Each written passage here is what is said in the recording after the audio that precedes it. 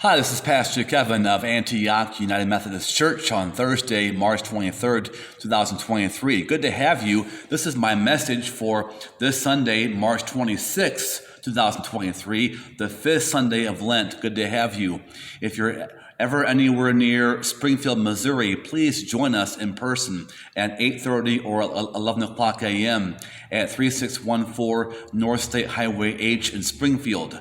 I promise you, you will be warmly welcomed and you will be inspired by the music and the message.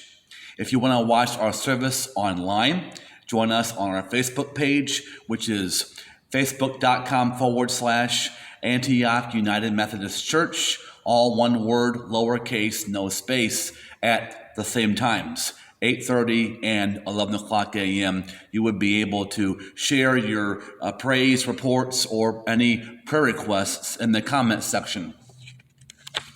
You may have heard that a church here in Springfield made the news this past week because they claim that a woman's amputated toes grew back as a result of prayer. Now, some people have heard this and praised God, and yet many are skeptical.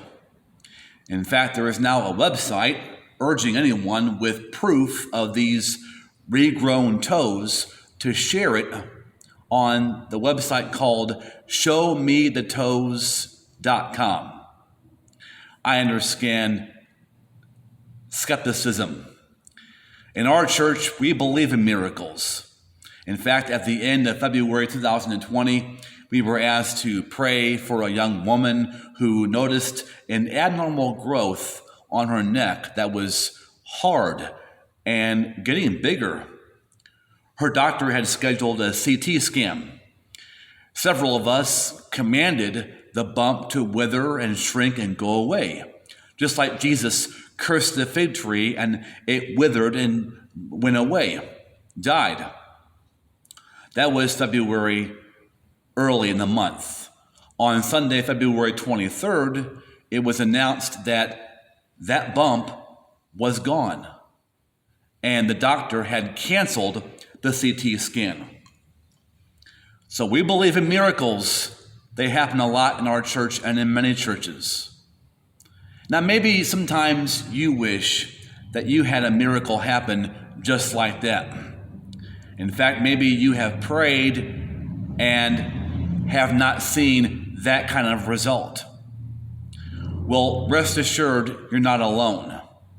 Answers to prayer do not usually happen that quick.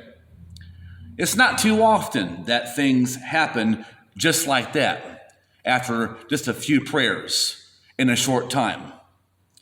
Which leads me to today's message title: Don't lean on a shovel and pray for a hole. Don't lean on a shovel and pray for a hole. Now, the Bible says that faith can move mountains, and I believe that your faith can move mountains. But the Bible also says that faith without works is what? Dead. That means faith with no action along with it is dead, not real faith. So yes, your faith can move mountains. The Bible does say that. But your faith without corresponding works, action, is dead. So your faith has to include action if you want to move a mountain in your life. I'll say it again. Your faith has to include action if you want to move a mountain, a problem, an obstacle out of your life. For example, I'm going to turn to 2 Kings chapter 5. 2 Kings chapter 5 introduces Naaman. It says, Now Naaman was a commander of the army of the king of Aram, not an Israelite. He was a great man in the sight of his master and highly regarded, because through him the Lord had given victory to the tribe of Aram. He was a valiant soldier, but he had leprosy. He had a problem. And in verse 3, somebody said, if only Naaman would go and see the prophet who is in Samaria, he would cure him of his leprosy. Verse 9, so Naaman went with his horses and chariots and stopped at the door of Elisha's house. Elisha, the prophet, the man of God at that time, the go-to person when you had prayer requests. Elisha sent a messenger to say to him, go wash yourself 7 times in the Jordan, and your flesh will be restored and you will be cleansed. That's odd.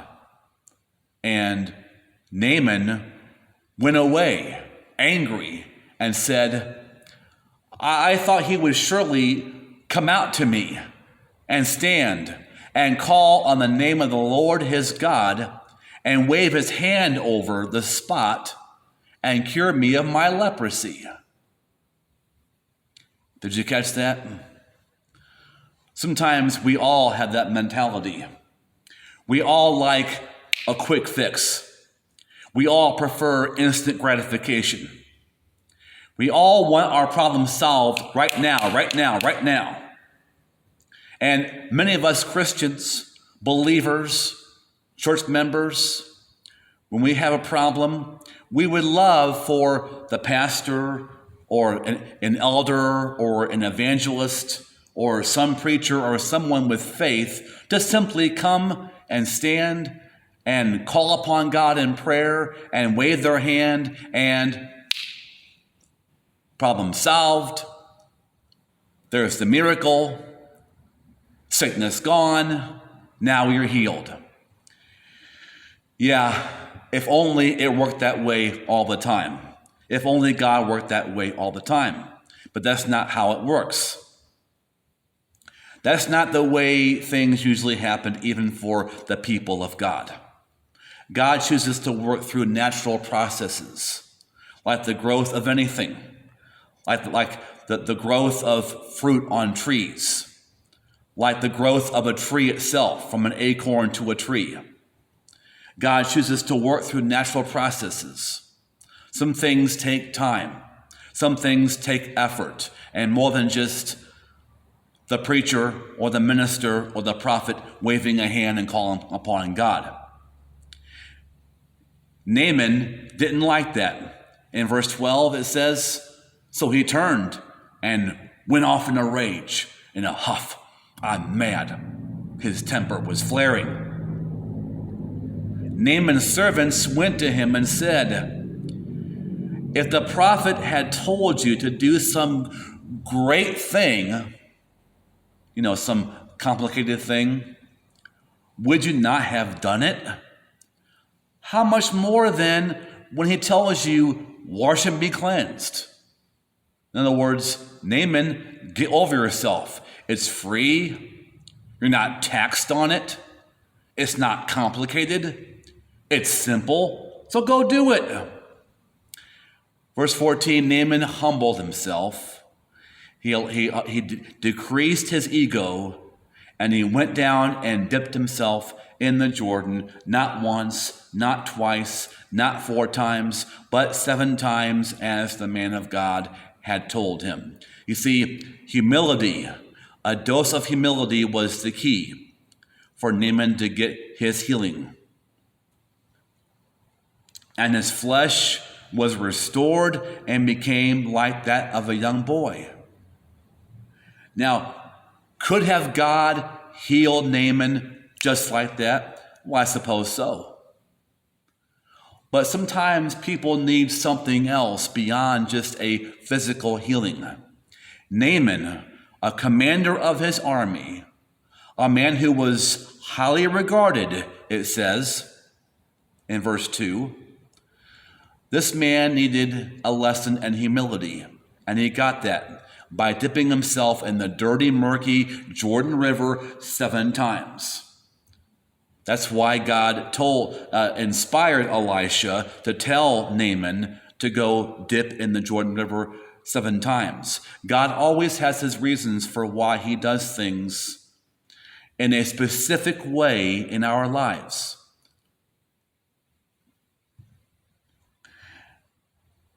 And sometimes you have to do things more than once to get what you want in life. For example, it may take you 2 or 3 or more doctor appointments before you get well.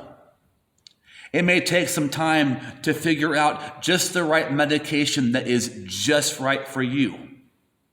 And that's okay. In 2 Kings chapter 5, Naaman had wanted one simple prayer from the man of God to fix the problem. And again, that's not how things usually work, no matter how much faith you have. For those who are suffering from depression or anxiety, it may take visiting more than one counselor, more than one therapist before you find just the right one.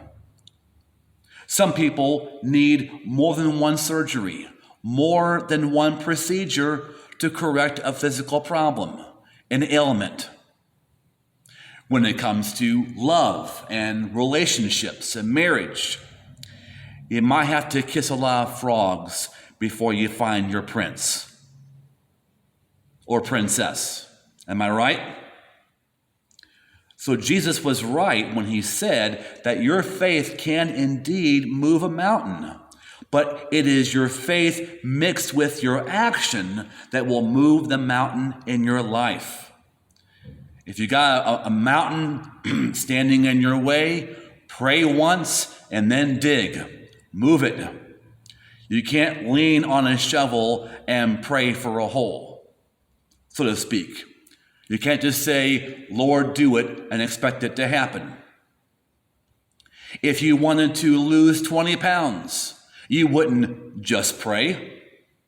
If you wanted to get out of credit card debt, you wouldn't just pray. You would also take action.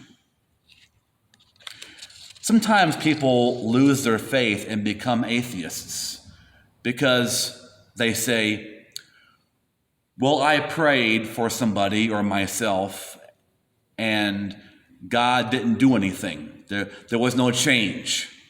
So I stopped believing in God and I'm no longer a Christian. Well, you know what? I'm sorry when people get disappointed in prayer. But Jesus never said, just pray and it'll all work out. Or just ask God and he will take care of it. It's not there. Jesus actually said, ask and seek and knock. And we said before that seeking and knocking refer to taking action, going after it. It's Naaman dipping in the Jordan River 7 times. If taking action was not important, then the man would have simply said, just ask. But he didn't.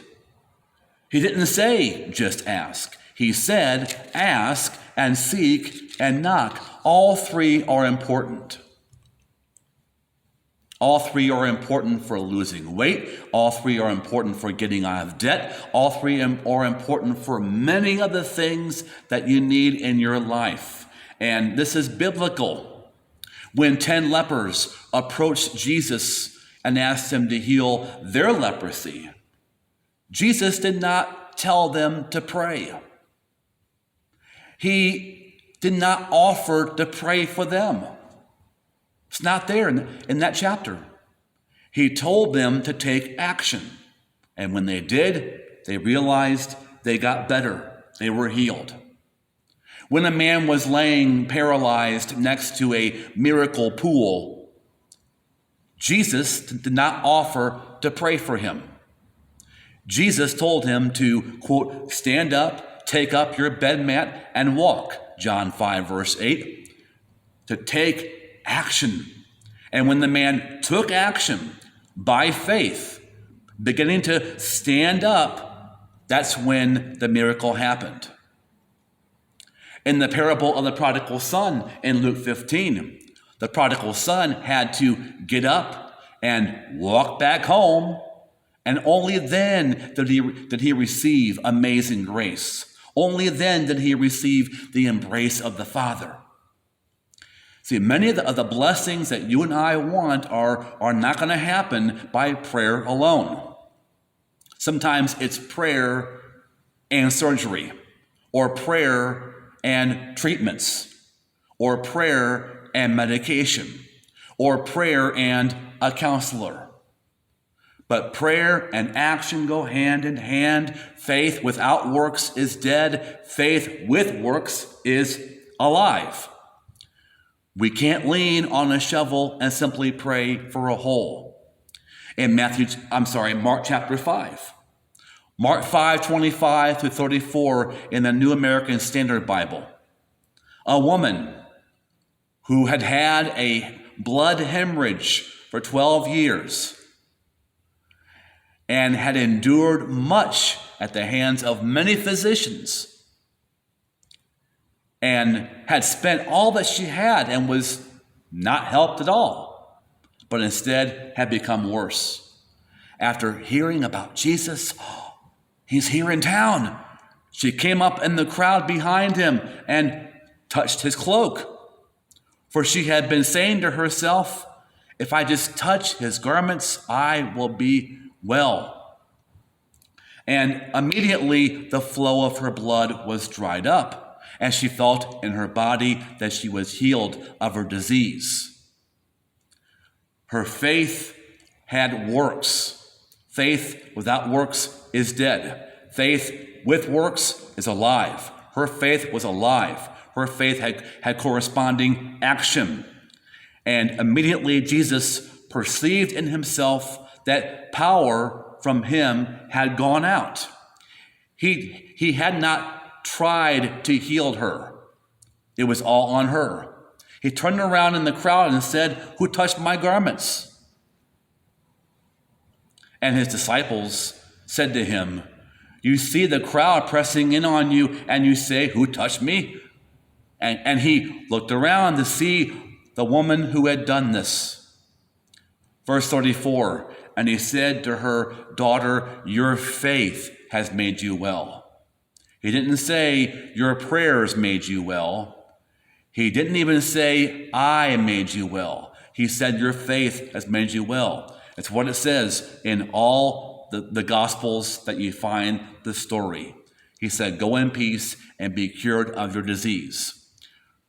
Her faith had works. Therefore, her faith was alive.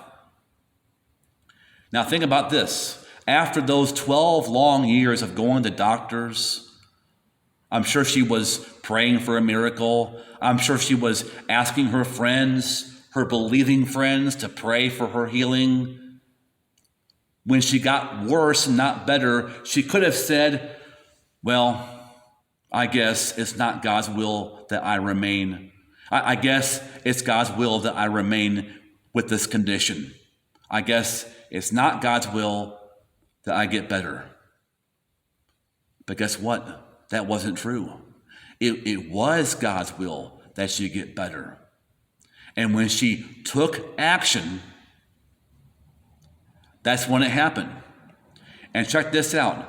I believe that if that woman would have stayed home and just prayed and not gone out to Jesus and not thought to herself, "If I touch him, I'll be healed," I believe she would have most likely remained in her same condition for the rest of her life.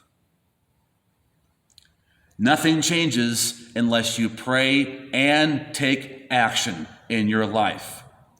If you have prayed about something to change in yourself or in your life and you have not seen that change yet, don't be too quick to think, "Well, I guess it's not God's will for me," or "I guess I have to just live with the pain," or "Things will not change for me.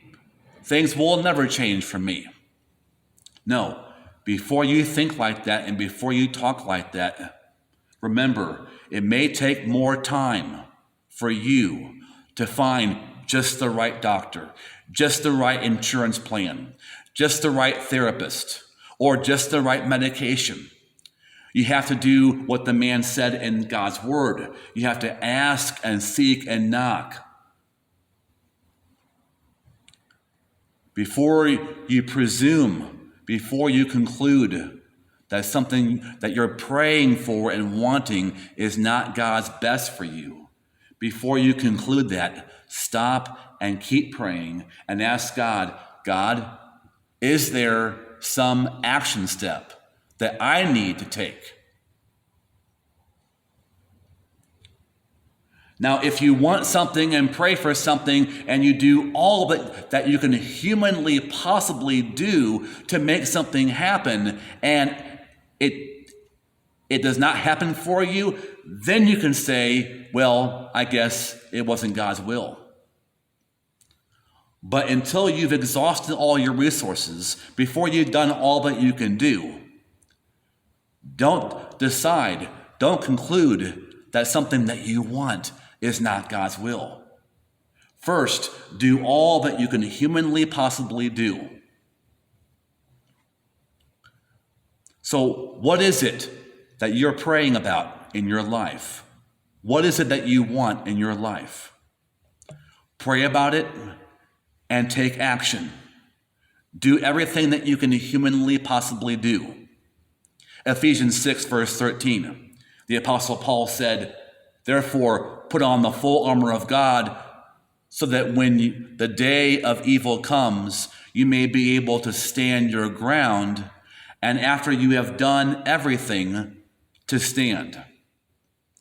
Notice the Apostle Paul said that you'll be able to stand your ground only after you have done everything.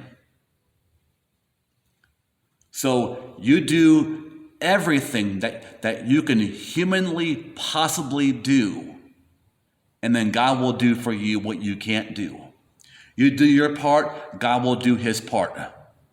In Mark 16:20, the very last verse in the Gospel of Mark, it says, then the disciples went out and preached everywhere. That was their part. And the Lord worked with them and confirmed his word by the signs, miracles that accompanied them. That was God's part. The disciples did their part. God did his part. Guaranteed. It will happen for you. Remember, it took Naaman 7 times in the river before he was well. And it took Jesus 3.5 years to develop fishermen and tax collectors into disciples and missionaries. Remember Carrie Underwood? Jesus, take the wheel. Jesus, take the wheel. He can take the wheel, but he can't steer a parked car. Jesus can take the wheel, but he can't steer a parked car. So pray about it and ask and seek and knock, and then you will find God's best, God's will unfold in your life.